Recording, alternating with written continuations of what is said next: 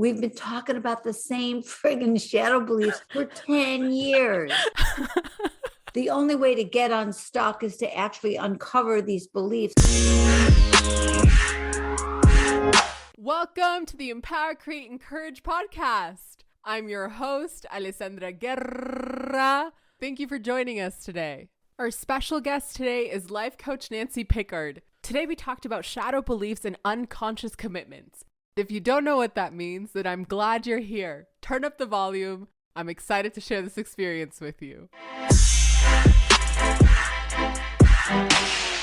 Bienvenida, Nancy. I'm so excited for our topic today. I'm so fascinated about the subject of uncovering our shadow beliefs and our unconscious commitments. Thank you for being here with us today. Oh, you're welcome. And it's really my favorite conversation. I think it's the cornerstone of how people change their lives because most people don't even know they have them. They're not aware of it. So let's talk about it. Yes, let's talk about it. I think you hit it right on the head. A lot of people aren't even aware that they have disempowering beliefs. And so I put it out on social media and we got some questions that rolled in. I want to start with, how can you uncover your disempowering beliefs? Or in other words, how do you know if you have disempowering beliefs? Here's the thing. If you are a self-sabotager or you feel stuck, life is not exactly how you want it, there's something you keep saying you want, but you're not getting it, you can be sure that there's a belief that's underneath all of that that's keeping you from getting what you want. It's keeping you playing small. If your life is going along and everything you want you're getting and everything you're going after is working out and you're feeling really on top of your game and amazing, you probably don't have disempowering beliefs that are keeping you stuck. But most people don't really have that. And most people actually are stuck, or there's an area in their life where they are just not getting what they say they want. You know, you can finish this sentence. I say I want X, but what I'm experiencing is Y. And if the Y doesn't equal the X, then you've got two things. You've got disempowering beliefs and you have unconscious commitments. And an unconscious commitment is the promise that you make to yourself because of the belief. So, for example, I used to have the belief that I'm not safe alone.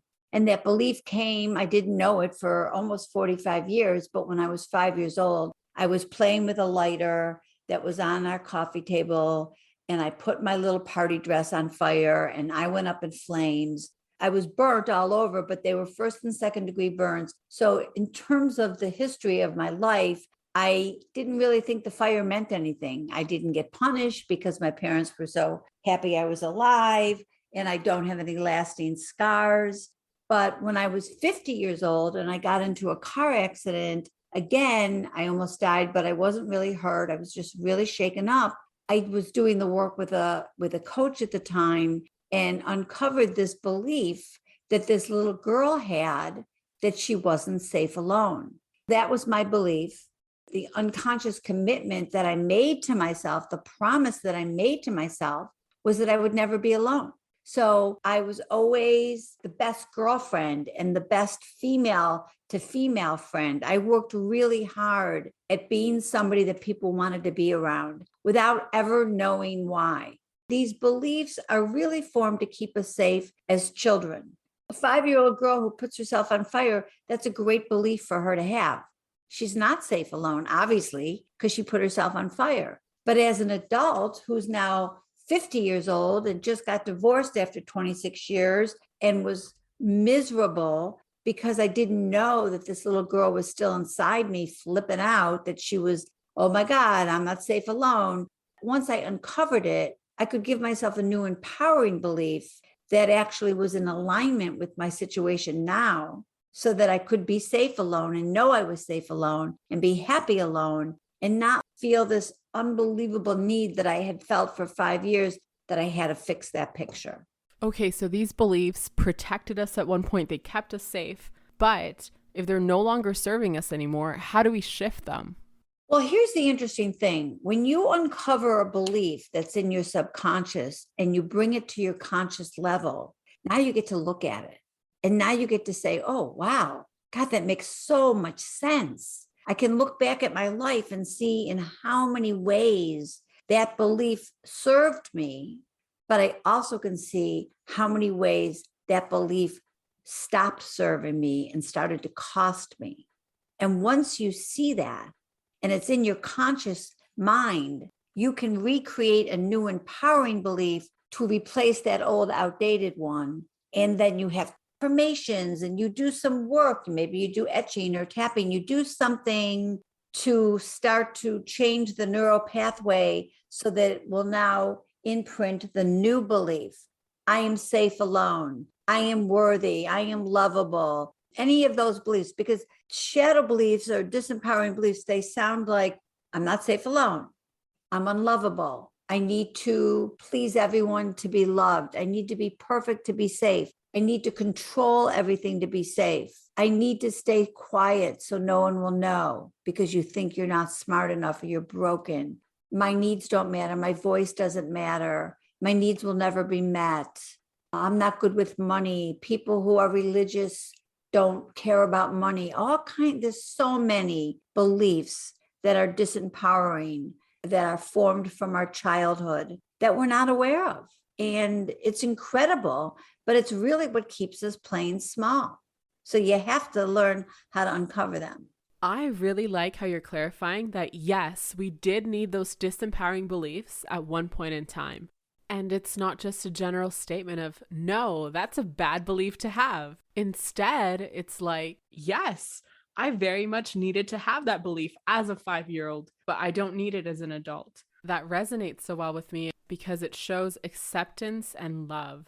And it's coming from a non-judgmental space. I've noticed when I observe myself with acceptance and love, I'm more capable of creating change compared to when I do it from a place of judgment. Yes, those beliefs are formed to keep us safe.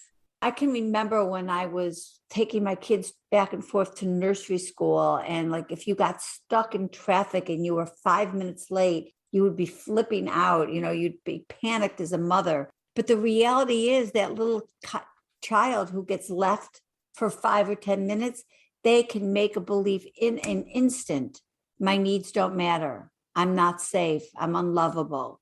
As a parent, it doesn't make sense that they're actually making that belief, but they're making it in their subconscious. They're not really aware of it themselves, but it happens.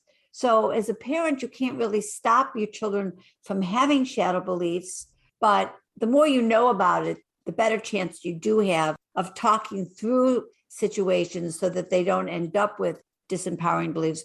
It's just human nature. We all get them, and they're there to keep us safe. And they do until they don't. You've been using the term shadow beliefs. That's a very interesting term. Is it the same as disempowering beliefs, or what does that mean exactly? Yeah, a shadow belief is a Jungian term, and it's the beliefs that are in the shadows. They're in your subconscious.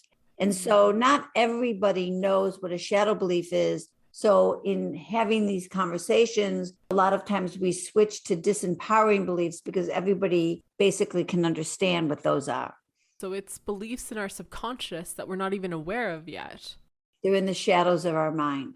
Yeah. Ooh, I like that. I like that a lot. I'm glad. Back to your example of being a young girl and thinking, I'm not safe alone. Mhm. Apart from affirmations, what else did you do to shift from I'm not safe alone to what did you shift that belief to so that it would serve you? Well, so the moment I uncovered it and knew that that little girl was in there like flipping out about that she wasn't safe alone, I'd had PTSD from a car accident. And the moment we uncovered it, my PTSD was gone. And so was my need to be with a man, actually, is what it was. The neediness of having to get back into a relationship was literally gone. And I had been with a man since I was 13 years old, not the same man, but always a man, always, always, always. I was a serial long-term relationship person. And when I uncovered that belief, I didn't date for a full year. Only once in my whole life have I not dated for a full year. And it was that year. And I was fine. And I was working on myself. I was able to just know my new belief was, I am safe alone. I'm perfectly safe alone. Now, that doesn't mean that I didn't end up back in a relationship. I am in a relationship and I have been for the last 5 years, but I didn't need it. Now I come to it as a totally whole human being, where I used to feel I was only whole because I was half of a whole. Now I know I'm whole on my own and I'm happy to be in a relationship, but that relationship is like the cherry on top. It's not something I must have, which makes me a much better partner, actually.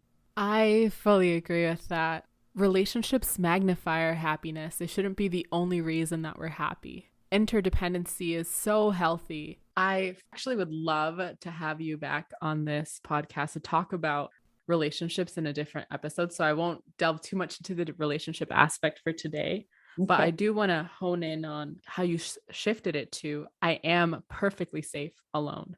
What are some tools that you use to challenge your shadow belief of I'm not safe alone? Well, in that particular one, I just owned it the moment I uncovered it. It was like an exorcism. And I'm not kidding. Like just knowing that that wounded child had that belief. Let's say you were my client and this was our session and I took you through an internal process. And at the end of this process, this is what you came out with, right? So that's what happens. My clients have these amazing aha moments when they uncover a belief that they weren't aware of. Now they've uncovered it. So the first thing they do is they replace it with a new empowering belief. And then I'll say to them, okay, so what do you think you could do this week to reinforce it? What's one thing you could do to prove to yourself that you are safe alone? Maybe you'll go out to dinner and sit at a bar by yourself. Maybe you'll book a trip by yourself. What can you do that's an actionable step that will actually help you ingrain that into your mind? Affirmations is one, doing tapping, which is, tapping. I don't know. Are you familiar with tapping? Yes, from trauma counseling. Could you please elaborate what it is for us? There are 9 meridians in your body that actually stimulate energy. And so a tapping script, let's say we do a couple of sessions and I hear all the disempowering negative beliefs that they have about themselves. I put it into a tapping script for them. The premise of tapping is that you're moving the negative energy. As you're saying all these negative beliefs you have about yourself, you're tapping all these meridians and you're moving the energy. You're letting those negative thoughts flow through your body and out.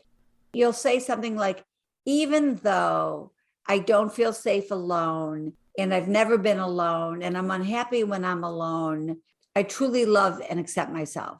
And then you just go through and whatever you're saying, all the negative thoughts you have about yourself, you end with, but I truly love and accept myself. And I'm worthy of love and I'm worthy of health and I'm worthy of safety. And you start to change it to positive things, but really what you've been doing is you're working the negative thoughts through your body and out. Another thing you can do is etching, which is another really cool form of working with an affirmation. And what you do is you close your eyes and you watch yourself write the affirmation like into your third eye, or your eyes are open and it's a blue sky day and you're watching yourself write the words into the sky or into the sand or onto the grass, like I am safe, just like that.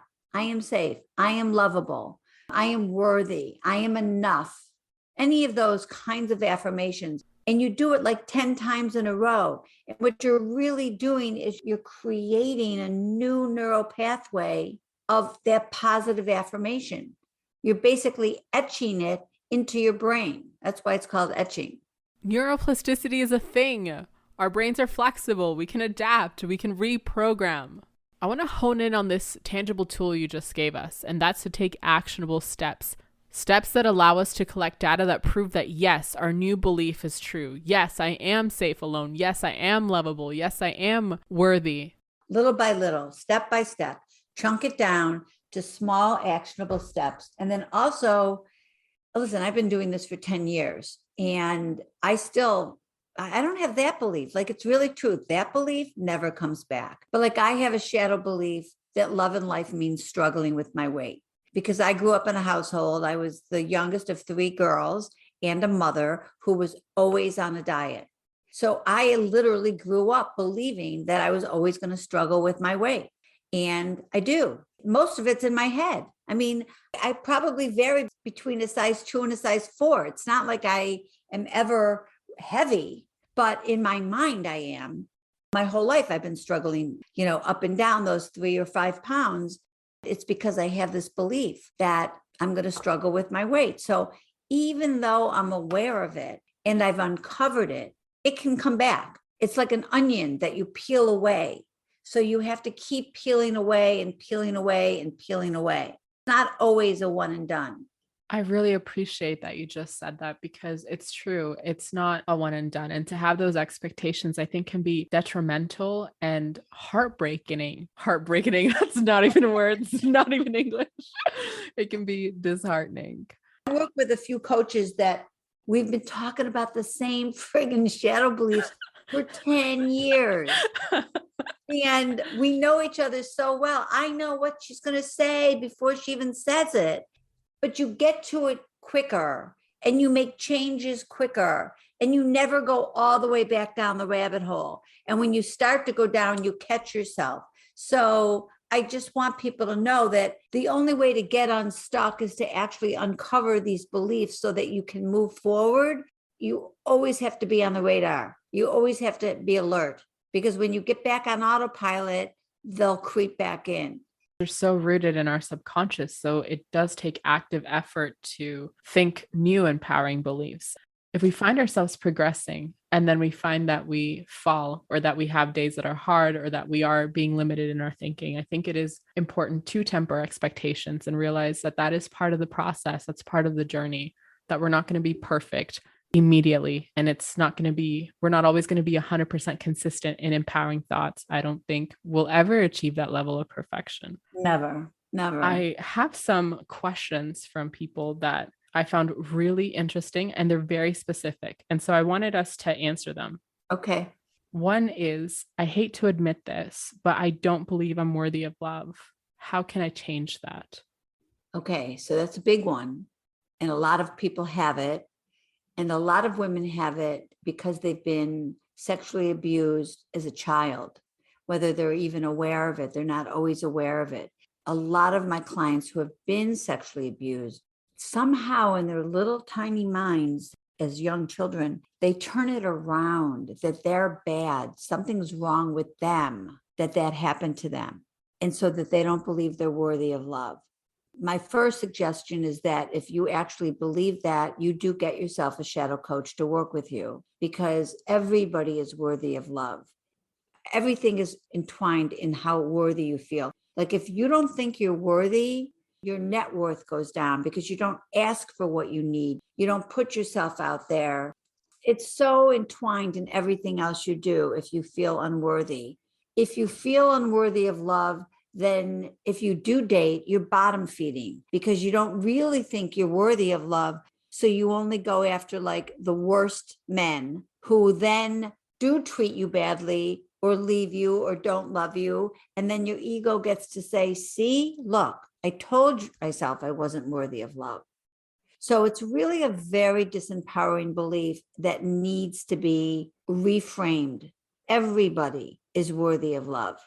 You get what you think about. So if you think you're unworthy, that's all you're going to attract. You're going to attract more and more of that because our ego fights for our limitations and wants to be right. Yes, we create our reality through our beliefs, through the way that we think, through our language. What would you say to someone who doesn't feel worthy of love? What steps can they take to reframe that belief?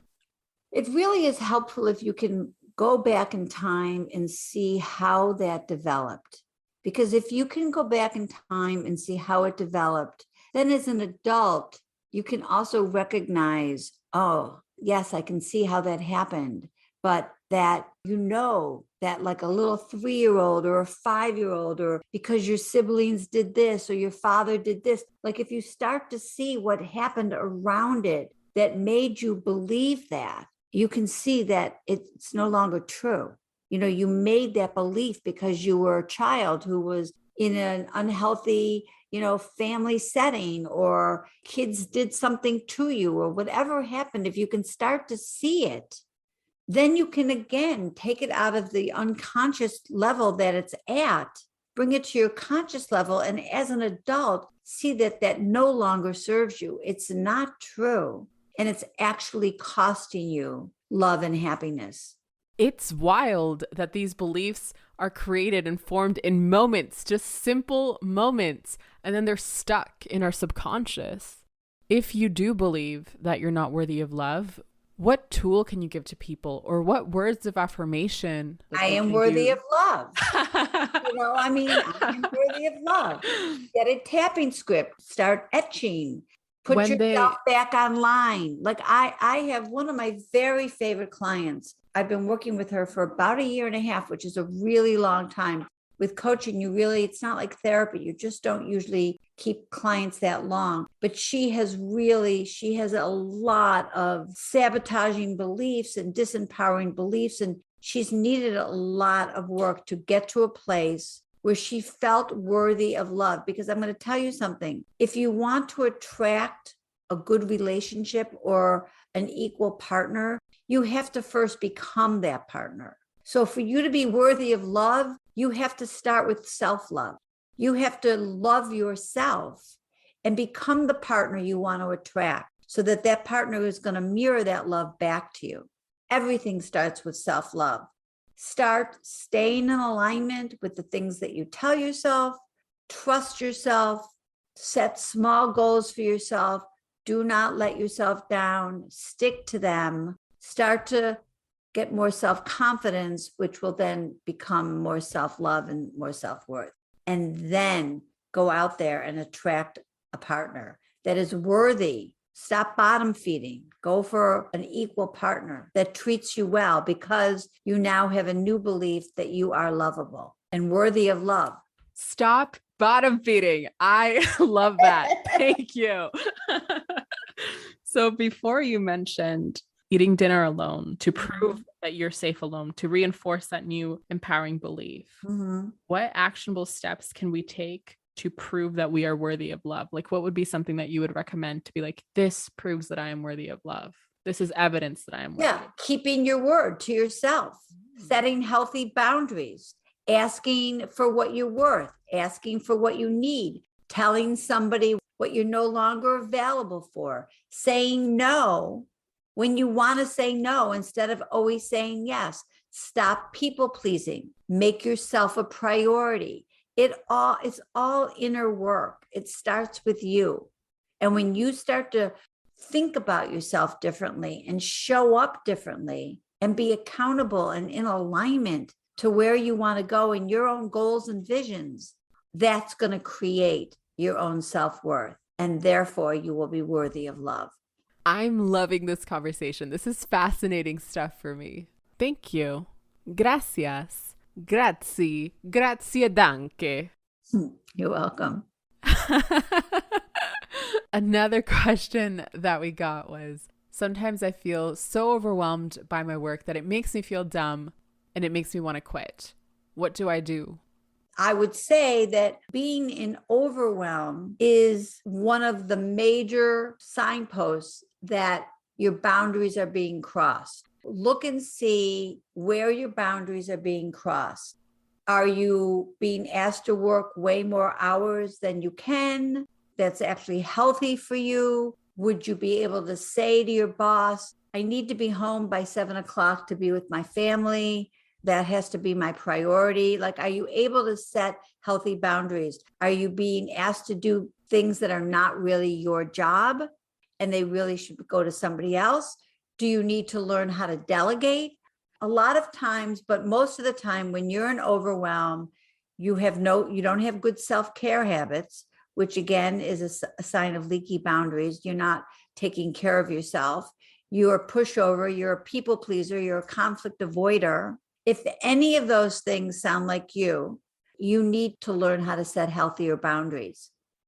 Asking for what you want in a way that doesn't alarm the other person is the way to get your boundaries met. So you don't go to somebody and say, you're making me do this and I can't do this and da, da, da, da, da. You say, I feel really overwhelmed when I have to stay at work till 8:00 at night. Would you be willing to not give me any new work after 4:00 in the afternoon so that I can walk out the door at 6:00 and have dinner with my family? Now you made that about you. I feel, let's say it's a relationship. I feel angry when you show up 30 minutes late every time we have a date. Would you be willing to call me an hour before if you're going to be late so that I don't get ready for nothing. I don't rush to get ready for nothing. That's you asking for what you need, but you're making it about you. That makes sense? That makes so much sense. That's so clear and that's so concise. Yeah. So the scripts are, I feel X when you do Y. Would you be willing to do Z? When you set a boundary with somebody, you can only ask them to do it. If they don't do it, you have to have a plan B. Well, in order to honor and respect myself, if you give me work after 5:00 at night, I'm going to do it the next morning. You have to have a plan B, because if you set a boundary and they don't keep it, and then you just go, oh, see, I knew they wouldn't keep it. Well, you're crossing your own boundary. It's yours to make, it's yours to keep. Remember that formula she gave us. If you say, I want X and I'm experiencing Y, if X and Y are not the same things, then you likely have a shadow belief and an unconscious commitment to that belief. Join us for part 2 of this conversation. Nancy's info will be linked in the show notes. Subscribe, share with a friend, and join our community on Instagram under @empower.create.encourage. There are so many things I want to share with you. Remember, you can create the life, the love, the reality, and the world that you want. I believe in you. Oh, thank you.